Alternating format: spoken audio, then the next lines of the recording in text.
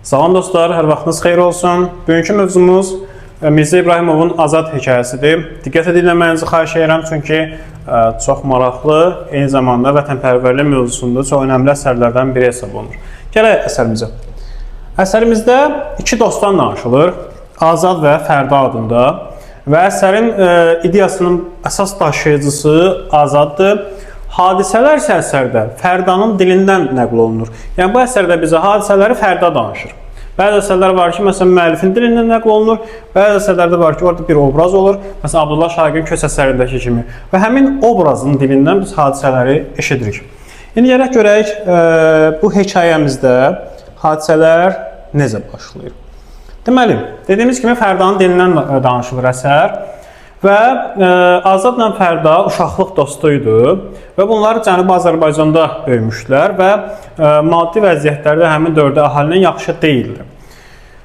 Azadla Fərda məktəbə gedəndə Azadın təbiəti çox sakit idi və uşaqlarla deyib gülməzdi, uşaqlara qarışmazdı, çox danışmazdı deyə ona dostları, yoldaşları ona sükutu deyərdilər. Məsələn, Məzuna da, Qeysə də Məzunun özü demir, onun çevrəsi Məzun deyirdisə, Azadda yoldaşlara sükutu deyirdi. Və gəlin bir Azadla tanış olaq, görək Azad kimdir? Azad elə bir şəxsidir ki, doğulandan 2 ay əvvəl atası ölmüşdü və anası Səlimə xanım xidmətçilik edərək onu böyütmüşdü. Yəni, gedər evlərdə işləyər, pul qazanar, gələr uşağını böyüdərdi və elə bir evdə yaşayardılar ki, məsələn, o kitabda qeyd olunur, məsələn, torpağın üstündə qalardılar da sanki. Belə bir çətin vəziyyətdə Azad böyümüşdü. Və Fərda Azadla bir yerdə idi deyə, bəzən elə olardı ki, onların 5-6 yaşları olanda Səlimə xanım onlara nağıl danışardı, onlar da bir yerdə yatardılar. Və bu formada Azadla Fərda 2 il bir yerdə məktəbə gedirlər. Deməli, neçə il gedirlər bir yerdə məktəbə? 2 il. Azadın 9 yaşı olanda anası maddi çətinliklər səbəbindən, yəni bilirdi ki, Azadı oxuda bilməyəcək, bu həmin şəraitdə uşaq oxumaq çətindir. 9 yaşı olanda Azad anası onu məktəbdən çıxardı. Təbrizin Ləvan məhəlləsində dərzi şagirdliyinə düzəldir. Yəni, dərzə tapşırır ki, o sənin yanında qalsın, dərziliyi öyrənsin. Aradan zaman keçir, bunlar böyüyürlər. Artıq Azad həmin dərzili sənətində özü bir ustada çevrilir və özü öz yerini işlədir. Və dediyimiz kimi, əhalinin maddi vəziyyəti də o qədər yaxşı deyil. Hətta Fərdanın da maddi vəziyyəti yaxşı deyil. Elə bir həddə gəlib çatıb ki, evin kirayəsini ödəyə bilmir. Ona görə də dərdi ürəyində sıxılır, qalır. Gəlir, istəyir ki, Azadla dərdləşsin. Gəlir Azadın dərzi dükanına və başlayır danışmağa. Xalqın şikayətindən, ölkənin vəziyyətindən, maddi sıxıntılardan, azadlıq məsələlərindən danışır.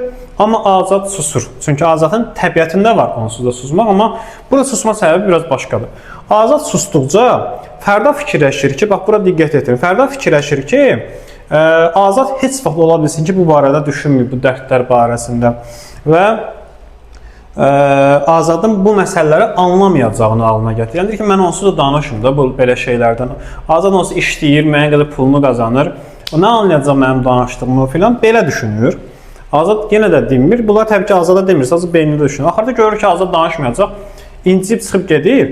O çıxıb gedəndə Azad onun dalınca qapının arxası gedib, Fərda deyə qışqırır, səslənir, amma Fərda getmiş olur artıq. İstə teslə düşsək ki, Azad orada heç nə danışmır, bu fikir yanlışdır. Çünki Azadın Fərda çağırışı orada öz əksini tapmışdır. Nəysə, Fərda oradan sandan sonra gəlir və fikirləşir ki, indi onu dediyimiz kirayədə qalırdı deyə, ərbabın oğlu gəlib kirayə pulu istəmişdi, verilməyəcək təqdirdə də demək olar ki, onları evdən çıxaracağı ilə təhdid eləmişdi. Yəni, Fərda təbii ki, dərhal evə getmir, biraz vaxtını keçirir, fikrini dağıdır. Bir müddət evə gələndə fikirləşir ki, indi ərbabın oğlu bütün bunların əşyalarını çölə atıb da. Amma gəlib görür ki, anası həyətdədir, soruşur ki, bəs nə oldu, ərbabın oğlu gəlmişdimi? Dedi, gəlmişdi, pul istədi, bəs nə elədin? Deyir, verdim. Dedi, necə verdin pulu? Fərda şoka düşür ki, anası pulu ona necə verir, pul hardan gəlib? Deyir ki, Azad gətirmişdi və Azad gətirəndə dedi ki, bu pulu Fərda göndərib. Yəni, Azad elə bir gəlib kirayə pulunu ödəmişdi, amma Fərdanın adından, yəni oğlunun adından demişdi, bu pulu Fərda göndərib. Və Fərda burada biraz xəcalətli olur və gedir, Azada bunun təşəkkürünü edir, üzr istəyir Azaddan, Azad haqqında elə düşündüyü üçün Bu formada biz əsərimizdə hələ ki hadisədən əvvəlində qısa məlumatlar əldə edirik. Bundan sonra biraz dərin məqamlar var. Gəlin onlara bir yerdə baxaq. Deməli, bu hadisələrdən sonra Fərdagil Təbrizdən köçür. Kəndə köçürlər. O kəndə köçəndən sonra Fərda düz 5 il Azadı görmür. 5 il görmür Azadı. Və həmin dövrdə də hadisələrimiz 2-ci Dünya müharibəsi illərinə təsadüf edir. Cənubi Azərbaycanda ayaqlanmalar var idi. Pişəvəri üsyanı filan tarixdə bunlar var. Ayaqlanmalar var idi və insanlar azadlıq istəyirdi. Məsələn, dil azadlığı istəyirdi, ümumiyyətlə muxtariyyət istəyirdi. Və bu səbəbdən də Fərdagildə gənc olaraq boş qalmırdılar. Fərda kənddə Xalq Konqresinə nümayəndələr seçirdilər bir yerdə və özü də nümayəndə seçilmişdi. Və bu səbəbdən də Təbrizə gəlir və Təbrizə gələndə Azadın ziyarət eləmək istəyir. Gedir Səlimə xala gülə. Səlimə xala Azadı görür, biraz Fərdanı görür, biraz ondan anasını soruşur, ağlayır və Fərda Azadı soruşanda Səlimə xala deyir ki, Azad Zəncana demokrat düzəltməyə gedib. Çünki artıq Azadgildə başlamışdı azadlıq hərəkatına. Məqsəd nə idi Azadın bu işi etməsində? Cənubi Azərbaycan üçün azadlıq almaq, bir də ana dilində danışmaq idi. Yəni istəyirdilər ki, artıq biz ana dilində danışa bilək. Daha sonra bu ki, Fərda bura Xalq Konqresinə görə gəlmişdi. Xalq Konqresi bitəndən gedir yenə kəndə Xalq Konqresi məsələlərinə görə. Bu bitəndən sonra ümumiyyətlə Təbrizə yenidən köçür. Yəni biz Fərdanın prosesinin nəyin şahidi oluruq? Birinci Təbrizdə yaşayırdı, kəndə köçdü, yenə Təbrizə gəldi. Yenə kəndə qayıdır. Xalq Konqresi bitəndə təzədən Təbrizə köçür. Belə yada saxlayaq. Təbrizə köçür və əvvəl qaldıqları evi yenidən kiraya götürürlər. Artıq Azad hələ də dediyimiz kimi Zəncanda idi. Orada mürtəzilərlə mübarizə apardı, Tehran mürtəziləri ilə. Həm mürtəzilər də demokratlarla döyüşürdülər, imkan vermirdilər ki, demokratlar azadlıq əldə eləsinlər və əgər demokratları tuturdularsa, onlara çox ağır işgəncələr verirdilər, zülm edirdilər. Deməli, Fərda da yola düşür hara?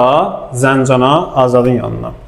Və gedir, görür ki, fədai dəstələri əslində Zəncan şəhərindədir. Mürtəzilər hələ Zəncanı tuta bilməyiblər, amma kəndləri Zəncanın kəndlərini tutmuşdular. Və bu fədailər, Azadın fədailəri, fədailər müsbətlərdir, yəni bizimkilərdir. Azadın fədailəri getmişdi kəndlərdə mürtəziləri təmizləməyə, yəni qarşı hücuma keçmişlər və Azad da bu dəstələrin başındaydı. Və Fərda gedir, həmin kəndləri Azadın dalınca düşür. Azadı ilk dəfə Zəncanda kəndlərdə görür və görür ki, artıq Azad yaralanıb, düşmənin üstünə gedəndə yaralanmışdı. Nəsə Azadı salırlar otağa, Azadı uzadırlar yerə. Azad orada çox maraqlı məqam nədir? Azad Fərdanı görəndə deyir ki, mən elə indi səni düşünürdüm. Məsələ də nədir? Nəyə görə? Çünki Azad orada mitki var. Azad deyir ki, yadıma gəlirsə, sən o vaxtı gəlmişdin dükana və dükanda məndən belə şikayətlərdən və problemlərdən danışırdın. O vaxtda mən danışa bilmirdim, dillənə bilmirdim. Çünki o vaxt biz heç nə edə bilmirdik və mən xəcalətimdən dillənmirdim. Və Azadın fikrinə görə həyatın mənası vətənin saadəti üçün çalışmaqdır. Bunu Azad Fərda mağazaya gələndə, o dərzi dükanına gələndə də fikirləşmişdi. Sadəcə necə deyərlər, əlinə bir şey gəlmirdi də dilinə gətirə bilmirdi. Amma burada nəhayət onu söylüyor. Çünki artıq Azad indi xalqın azadlığı üçün çalışanlar sırasındadır və bunu dilinə gətirir. Sonra əyilir vətənin torpağını öpür. Fədailərdən də istəyir öpməsini. Sonra vəsiyyət edir Azad Fərdaya. Vəsiyyəti nədir? Deməli, burada əsas 3 məqam var. Birinci məqam nədir? Bir deyir ki, məzarını uca yerdə qazın. Səbəb də odur ki, vətənimin gözəlliklərini, torpaqlarını, çaylarını, dağlarını görün. İkinci məqam nədir? Böyük yol kənarında məni dəfn edin. Oradan insan azad gələcəkdə bu torpaqlar azad olacaq. Azad nəsillərin ayaq səsi yerisindən ayaq səslərini eşidim. Üçüncü məqam nədir? Deyir, mən öləndən sonra get anamı öp və öldüyümü ona söyləmə, yazıqdır. Yəni istəmir anası bunu fikirləşsin, buna görə qəm çəksin. Amma əvvəl-axır anası biləcək. Bu formada azad dünyasını dəyişir. Və azad dünyası dəyişəndən sonra artıq fədailər qəzəbli şəkildə bir-birinə baxırlar və bu yoldan dönməyəcəkləri və vətənin saadəti üçün çalışacaqları üçün and içirlər. Əsərimiz də belə sonlanır. Məncə müəllif bilə-bilə Azadın adını Azad qoyub. Çünki əsərdə onsuz da azadlıqdan söhbət gedir və Azad da həmin azadlığı təmsil edən obrazımızdır. Maraqlı bir əsərdir və müəllifin cənub silsilələrinə aid epik növdə hekayə janrındadır. Bunu da yadda saxlamaq vacibdir. Azadın xarakteri xüsusiyyətlərini, niyə sükutu olmasını, Fərdanın Azad haqqında fikirlərini, Azadın öz fikirlərini, bunları yaxşı yadda saxlayaq. Bir də bir şey yadda saxlayaq ki, Fərda Xalq Konqresinə seçilir, Azad isə demokrat düzəltməyə gedir. Yəni Azad demokrat düzəltməyə, Fərda Xalq Konqresinə. Bunu yadda saxlayaq, çünki testlərdə bəzən burada da bizi çaşdırırlar, diqqətli olmaq lazımdır. Belə, ümid edirəm ki, videonu bəyənərsiniz. Əgər tənqidləriniz, rəyləriniz, suallarınız varsa, WhatsApp nömrəmizə yaza bilərsiniz, zəng vura bilərsiniz, rəylərə yaza bilərsiniz. Vaxt eləyəndə də kanala abunə olsa çox gözəl olar ki, növbəti videolar qarşınıza çıxsın. Növbəti çəkilişlərdə görüşənədək, hələlik özünüzə yaxşı baxın. Bu ümidlər, bu xəyallar məni məhv etdi. Mən nələr verməzdim, üzünü görmək üçün.